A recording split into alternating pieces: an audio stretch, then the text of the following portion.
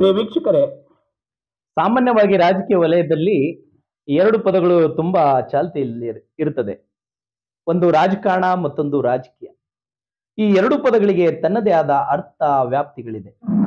ಅದನ್ನು ಅನುಭವಿಸಿದವರು ಹಾಗೂ ಅನುಭಾವಿಸಿದವರು ಅದನ್ನು ಚೆನ್ನಾಗಿ ಬಲ್ಲರು. ಅದೇ ರೀತಿ ರಾಜಕೀಯ ಪಡಸಾಲೆಯಲ್ಲಿ ಇನ್ನೆರಡು ಪದಗಳು ಇದೆ. ಒಂದು ಜನನಾಯಕ, ಒಂದು ಜನಸೇವಕ. ಒಬ್ಬ ಜನನಾಯಕ ರೂಪುಗೊಳ್ಳುವುದರ ಹಿಂದೆ ಅವರ ಅನೇಕ ಪರಿಶ್ರಮ, ಅನೇಕ ಹೋರಾಟ, ಅನೇಕ ಚಿಂತನೆ, ಸಮಾಜಪರ ಕಾಳಜಿ, ಹೀಗೆ ಹಲವು ಸಂಗತಿಗಳು ಕಾರಣವಾಗ್ತದೆ.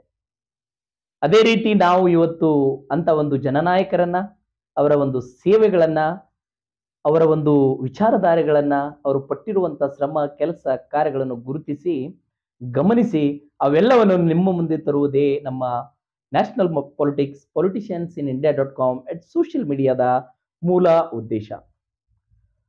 ಆತ್ಮೀಯ ವೀಕ್ಷಕರೇ, ಇವತ್ತಿನ ಒಂದು ವಿಶೇಷ ಸಂದರ್ಶನದಲ್ಲಿ ನಮ್ಮ ಜೊತೆಯಲ್ಲಿ ಬಾಗಲಕೋಟೆ ಜಿಲ್ಲೆ ಮುಧೋಳ ತಾಲೂಕು ಚಿಚಕಂಡಿ ಕೇಡಿ ಗ್ರಾಮದ ಗ್ರಾಮ ಪಂಚಾಯಿತಿ ಮಾನ್ಯ ಅಧ್ಯಕ್ಷರು. ಇವರು ಈ ಹಿಂದೆ ಒಂದು ಬಾರಿ SDMC ಕೂಡ ಅಧ್ಯಕ್ಷರಾಗಿ ಸೇವೆಯನ್ನ ಸಲ್ಲಿಸಿದ್ದಾರೆ. ಅದರ ಜೊತೆಗೆ ಪ್ರಸ್ತುತವಾಗಿ ಗಜಾನನ ಕಮಿಟಿಯಲ್ಲಿ ಕೂಡ ಅಧ್ಯಕ್ಷರಾಗಿ ಸೇವೆಯನ್ನ ಮಾಡ್ತಾ ಇದ್ದಾರೆ. ಅದರ ಜೊತೆಗೆ ಸುಮಾರು 2006ರಿಂದ ಜನರ ಸೇವೆ, ಜನಾರ್ದನ ಸೇವೆ ಎಂದು ಅರಿತು ತಮ್ಮನ್ನು ತಾವು ಕೊಟ್ಟಿದ್ದು ತನಗೆ ಬಚ್ಚಿಟ್ಟಿದ್ದು ಪರರಿಗೆ ಕೊಟ್ಟಿ ಕೆಟ್ಟಿದ್ದನ್ನು ಬೇಡ ಸರ್ವಜ್ಞ ಎನ್ನುವ ನಾನುಡಿಯಂತೆ ಸಾರ್ವಜನಿಕ ಜೀವನದಲ್ಲಿ ತಮ್ಮನ್ನು ತಾವು ತೊಡಗಿಸಿಕೊಂಡು ಜನರ ಪ್ರತಿಯೊಂದು ಕೆಲಸ, ಕಾರ್ಯ, ಕಷ್ಟ ಕಾರ್ಪಣ್ಯಗಳಲ್ಲಿ ಅವರ ಒಂದು ಸೇವೆಗಳನ್ನು ಮಾಡ್ತಾ ಸಮಾಜ ಸೇವೆಯಲ್ಲಿ ತಮ್ಮನ್ನು ತಾವು ತೊಡಗಿಸಿಕೊಂಡು ಬಂದಿದ್ದಾರೆ.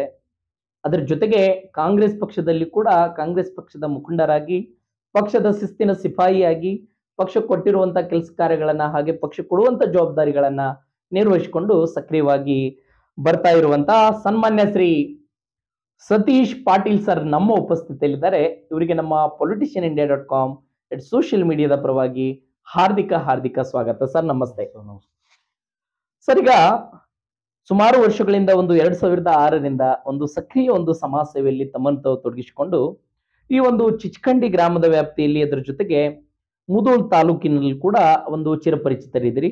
ಆದ್ರೂ ಕೂಡ ತಮ್ಮ ಒಂದು ಪರಿಚಯ ನಮ್ಮ ವೀಕ್ಷಕರಿಗೆ ಹೇಳಿ ಸರ್. ಎಲ್ಲರಿಗೂ ನನ್ನ ನಮಸ್ಕಾರಗಳು.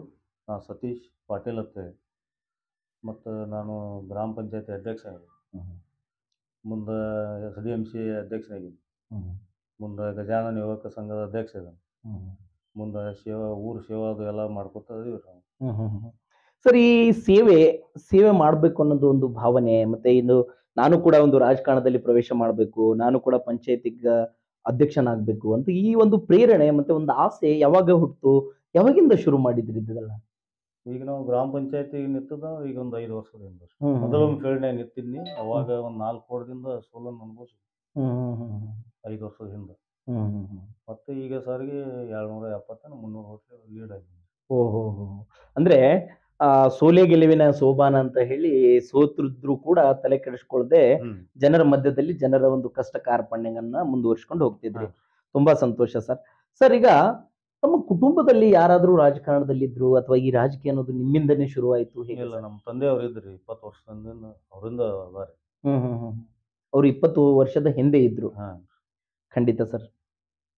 ಸರ್, ಈಗ ನಿಮ್ಗೆ ರಾಜಕೀಯವಾಗಿ ಮಾರ್ಗದರ್ಶಕರು, ನಿಮ್ಮ ರಾಜಕೀಯ ಗುರುಗಳು ಅಂತ ಹೇಳಿ ಯಾರಿಗೆ ಭಾವಿಸ್ತೀರಿ? ನಮ್ಮ ಅಬಕಾರಿ ಸಚಿವರು ಅದಾರಲ್ರಿ, ಅರವಿಂದ್ ತಿಮ್ಮಾಪುರ, ಸನ್ಮಾನ್ಯ ಶ್ರೀ ಅರವಿಂದ್ ತಿಮ್ಮಾಪುರ ಅವರು ನಮಗೆಲ್ಲ ಮಾರ್ಗದರ್ಶಕ. ಮಾನ್ಯ ಸಚಿವರೇ ಮಾರ್ಗದರ್ಶಕರು, ಮತ್ತೆ ಅವರೇ ಒಂದು ನೇತೃತ್ವದಲ್ಲಿ ತಾವು ಕೂಡ ಒಂದು ಕೆಲಸ ಕಾರ್ಯಗಳನ್ನು ಅವ್ರ ನೇತೃತ್ವದಾಗ ಬೆಳೆದಿವ್ರಿ ನಾವು. ಬೇರೆ ಪಕ್ಷಕ್ಕೆ ಹೋಗೇ ಇಲ್ಲ, ಅಲ್ಲೇ.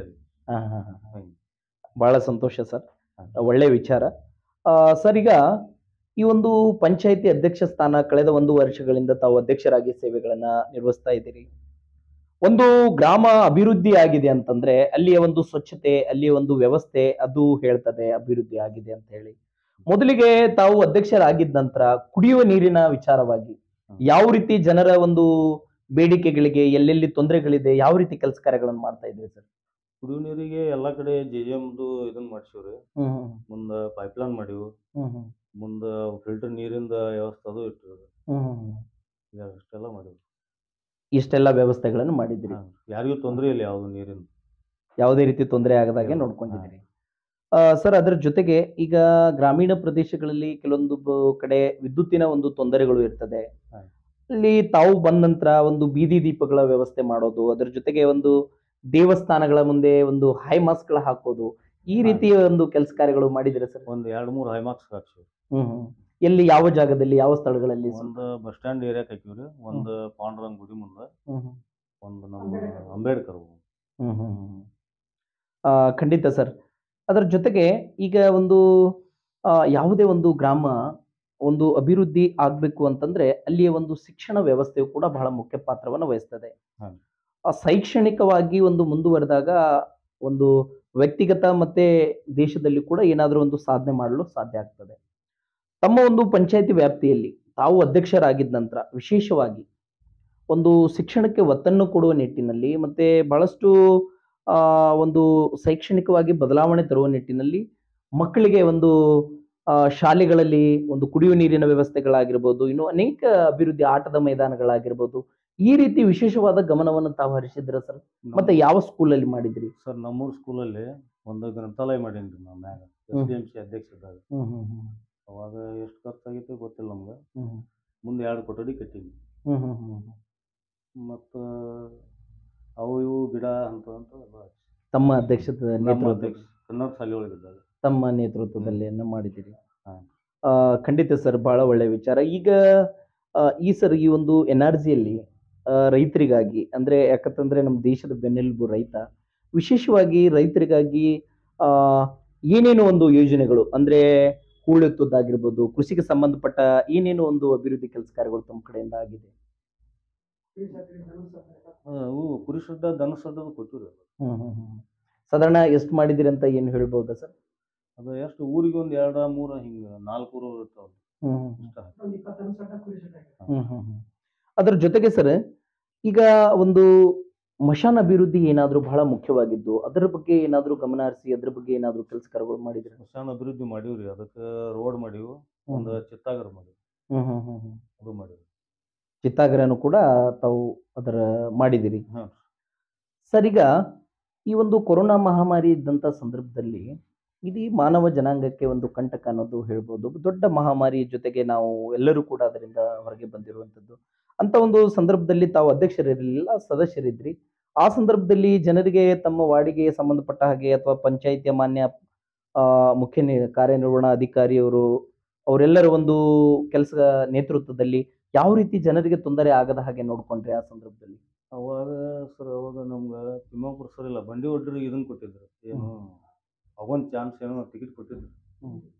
ಅವಾಗ ಅವರು ತಂದು ನಮ್ಮ ಕೈಯಾಗ ಒಂದಿಷ್ಟು ನಮ್ಮ ಮನೆ ಒಳಗೆ ಇಟ್ಟಿದ್ರಿ. ಅವು ಏಲಕ್ಕಿ, ಲವಂಗ, ದಾಲ್ಚಿನ್ನಿ ಎಲ್ಲ ಮನೆಗೆ ಅಡ್ಡಾಡಿ ಕೊಟ್ಟು ಸಹಾಯ ಮಾಡಿ ಕುಡಿಯಾಕ ಕೊಟ್ಟು. ಸರ್ ಈಗ ತಾವು ಅಧ್ಯಕ್ಷರಾಗಿದ್ದ ನಂತರ ಗ್ರಾಮ ಸ್ವಚ್ಛತೆಗೆ ಯಾವ ರೀತಿ ಒಂದು ಆದ್ಯತೆಯನ್ನು ಕೊಡ್ತೀರಿ ಸ್ವಚ್ಛತೆ ವಿಚಾರವಾಗಿ? ಸ್ವಚ್ಛತೆ ಅಂದ್ರೆ ಈಗ ನಾವು ಎಲ್ಲ ಗಾಡಿ ಮಾಡೀವಿ.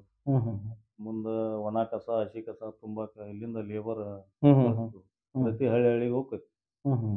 ಅವ್ರು ಅದ್ರೊಳಗೆ ಇದನ್ನ ಮಾಡೋದು, ನಮ್ಮ ಇದಕ್ಕೆ ಇದನ್ನ ಮಾಡಿಬಿಡ್ತಾವ. ಅವರಿಗೆ ಬಕೆಟ್ಗಳು ಕೊಡುವಂತ ವ್ಯವಸ್ಥೆ ಕೊಟ್ಟಿವ್ರಿ ಎಲ್ಲರಿಗೂ. ಮನೆಗೆ 2 ಬಕೆಟ್ ಪ್ರತಿಯೊಬ್ಬರಿಗೂ ಮನೆಗೆ ಕೊಟ್ಟಿದ್ದಾರೆ. ಖಂಡಿತ. ಅದ್ರ ಈಗ ಒಂದು ಘನತ್ಯಾಜ್ಯ ವಸ್ತು ವಿಲೇವಾರಿ ಘಟಕನು ಕೂಡ ನಿರ್ಮಾಣ ಮಾಡಿದಿರಿ ಸರ್? ಮಾಡೀವ್ರಿ. ಒಳ್ಳೆ ವಿಚಾರ. ಅದ್ರ ಜೊತೆಗೆ ಈಗ ಒಂದು ಧಾರ್ಮಿಕ ಚಟುವಟಿಕೆಗಳು ಅಂತ ಬಂದಾಗ ಪಂಚಾಯತಿ ಮಟ್ಟದಲ್ಲಿ ಯಾವುದೇ ಒಂದು ಸಮಾಜದ ಒಂದು ದೇವಸ್ಥಾನ ಕಮಿಟಿಗಳಿಗೆ, ದೇವಸ್ಥಾನಗಳಿಗೆ ಅಲ್ಲಿ ಒಂದು ಹೈಮಾಸ್ಕ್ ಹಾಕಿರ್ಬೋದು, ಅಲ್ಲಿ ಸ್ವಚ್ಛತೆ ಮಾಡೋದಾಗಿರ್ಬೋದು, ಈ ರೀತಿ ಕಾರ್ಯಚಟುವಟಿಕೆಗಳಲ್ಲಿ ತಾವು ಪಾಲ್ಗೊಳ್ತೀರಾ ಸರ್? ಹಾಂ, ಪಾಲ್ಗೊಳ್ತೀವ್ರಿ. 4 ಎಲ್ಲ ಹಳ್ಳಿಗೂ ಹೈಮಾಸ್ಕ್ ಹಾಕಿವ್. ಎಲ್ಲ ಹಳ್ಳಿಗಳಲ್ಲಿ ಹೈಮಾಸ್ಕ್. ಖಂಡಿತ ಸರ್, ಖಂಡಿತ ಸರ್. ಸರ್ ಈಗ ಕೊನೆಯದಾಗಿ ಈ ರಾಜ್ಯ ಕಂಡಂತ ಅತ್ಯಂತ ಸರಳ, ಸಜ್ಜನ, ಪ್ರಾಮಾಣಿಕ, ದಕ್ಷ ಮಾನ್ಯ ಸಚಿವರು, ತಮ್ಮ ಕ್ಷೇತ್ರದ ಜನಪ್ರಿಯ ನಾಯಕರು ಸನ್ಮಾನ್ಯ ಶ್ರೀ RB ತಿಮ್ಮಾಪುರ್ ಸಾಹೇಬ್ರು, ಅವರು 2ನೇ ಬಾರಿ ಸಚಿವರಾಗುವಂತ ಅವಕಾಶ ಅವರಿಗೆ ಬಂದಿದೆ. ಈಗ ತಮ್ಮ ಕ್ಷೇತ್ರದ ಜೊತೆಗೆ ಯಾವ ರೀತಿ ಇಡೀ ರಾಜ್ಯವನ್ನ ಅವರು ಮುಂದಿನ ದಿನಗಳಲ್ಲಿ ಸಂಪೂರ್ಣವಾಗಿ ಅಭಿವೃದ್ಧಿ ಕೆಲಸ ಕಾರ್ಯಗಳು ಮಾಡಬಹುದು ಅಂತ ಒಂದು ತಮ್ಮ ಒಂದು ನಂಬಿಕೆ, ವಿಶ್ವಾಸ ಇದೆ? ಮಾಡ್ತಾರ ಸರ್. ಯಾರನ್ನೂ ಬಡಬಗ್ಗರನ್ನ ಬಿಡಂಗಿಲ್ಲ. ಮೊದಲಿನಿಂದ ಯಾಕಂದ್ರೆ ಹಂಗ ಬಂದವರು ನಾವು ಹಂಗ ನೋಡಿವ ಕೆಲಸ ಅನ್ಕರ್ ಎಲ್ಲ ಮಾಡ್ತಾರೆ. ತಾವು ಕೂಡ ಏನಾದ್ರೂ ಒಂದು ಸಮಸ್ಯೆಗಳು ಮಾನ್ಯ ಸಚಿವರಿಗೆ ಹೇಳ್ಕೊಂಡು ಹೋದಾಗ ನಾವು ಸಚಿವರಿಗೆ ಹೇಳಿದಾಗ ನಮ್ಮ ಕೆಲಸ ಮಾಡೇ ಕೊಡ್ತಾರೆ. ಪ್ರತಿಯೊಂದು ಕೆಲಸ ಕಾರ್ಯಗಳಲ್ಲಿ ತಮಗೆ ಸಹಕಾರವನ್ನ ಕೊಡ್ತಾರೆ. ಖಂಡಿತ ಸರ್. ಅದ್ರ ಜೊತೆಗೆ ಪಂಚಾಯಿತಿ ಅಭಿವೃದ್ಧಿ ಆಗ್ಬೇಕಾದ್ರೆ ಪಂಚಾಯಿತಿಯ ಮಾನ್ಯ ಉಳಿದಂತ ಉಪಾಧ್ಯಕ್ಷರು, ಮಾನ್ಯ ಉಳಿದಂತ ಎಲ್ಲ ಸದಸ್ಯರು, ಅವ್ರ ಜೊತೆಗೆ ಮಾನ್ಯ ಪಂಚಾಯಿತಿ ಅಭಿವೃದ್ಧಿ ಅಧಿಕಾರಿಗಳ ಪಾತ್ರವು ಕೂಡ ಬಹಳ ಮುಖ್ಯ ಪಾತ್ರವನ್ನ ವಹಿಸ್ತದೆ. ಅವರೆಲ್ಲರ ಸಹಕಾರ ತಮ್ಮ ಜೊತೆಯಲ್ಲಿ ಯಾವ ರೀತಿ ಇದೆ? ಸಹಕಾರ ಎಲ್ಲರದು ಐತ್ರಿ. ನಮ್ದು ನಾವು ಏನ್ ಹೇಳ್ತೀವಿ ಎಲ್ಲದಕ್ಕೂ ಎಲ್ಲರ ಒಂದು ಸಹಕಾರ ತಮ್ಮ ಜೊತೆ ಇದೆ. ಖಂಡಿತ ಸರ್. ಇಷ್ಟೊತ್ತು ತಮ್ಮ ಒಂದು ರಾಜಕೀಯ ಅನುಭವ, ರಾಜಕೀಯ ವಿಚಾರಧಾರೆಗಳು ಹಾಗೂ ಅಭಿವೃದ್ಧಿ ಕೆಲಸ ಕಾರ್ಯಗಳು ನಮಗೆ ಸಮಯವನ್ನು ಕೊಟ್ಟು ನಮ್ಮೊಂದಿಗೆ ಹಂಚಿಕೊಂಡಿದ್ದೀರಿ. ಹಾಗೂ ಇದೇ ರೀತಿ ತಮ್ಮ ಕಡೆಯಿಂದ ಸಮಾಜದಲ್ಲಿ ಅನೇಕ ಅಭಿವೃದ್ಧಿ ಕೆಲಸ ಕಾರ್ಯಗಳು ಆಗ್ಲಿ ತಮ್ಮ ಅವಧಿಯಲ್ಲಿ ಅಂತ ಹೇಳಿ ತಮಗೂ ಕೂಡ ನಮ್ಮ politicianindia.com ಸೋಷಿಯಲ್ ಮೀಡಿಯಾದ ಪರವಾಗಿ ಶುಭವನ್ನ ಹಾರಿಸಿ ಇಂದಿನ ಈ ಸಂಚಿಕೆಯನ್ನ ಇಲ್ಲಿಗೆ ಮುಕ್ತಾಯ ಮಾಡ್ತಾ ಇದ್ದೀವಿ ಸರ್. ನಮಸ್ತೆ. Thank you so much.